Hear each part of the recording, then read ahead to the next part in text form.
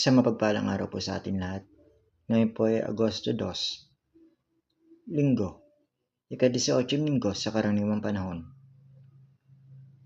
Ang ebanghelyo po natin ngayon ay hango sa sulat ni San Mateo 14:13 hanggang 21. Nang marinig ito ni Jesus, lumayo siya at namangha na sila lang patungo sa ilang na lugar. Ngunit nalaman ito ng mga tao at sumunod sila sa kanya na naglalakad mula sa kanilang mga bayan.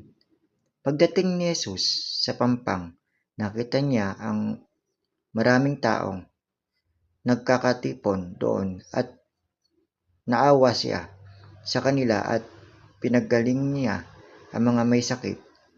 Nang hapon na lumapit sa kanya ang mga alagad at sinabi, "Nasa ilang na lugar tayo at lampas na ang oras. Paalisin mo na ang maraming taong ito para makapunta sila sa mga nayon at makabili ng kani-kanilang pagkain." Ngunit sumagot si Jesus, "Hindi na nila kailangan umalis pa. Kayo ang magbibigay sa kanila ng makakain." Sinabi nila, "Wala kami rito kundi 5 tinapay at 2 isda." Sinabi nila, "Akin na." At inutos niyang maupo sa damuhan ang mga makapal na tao.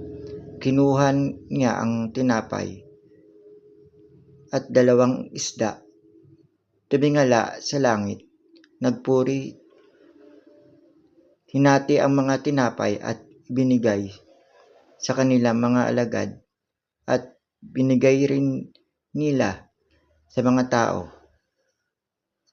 At kumain silang lahat at nabusog at inipon nila ang mga natirang pira-piraso, 12 punong basket, mga 5,000 lalaki ang napakain bukod pa sa mga babae at mga bata.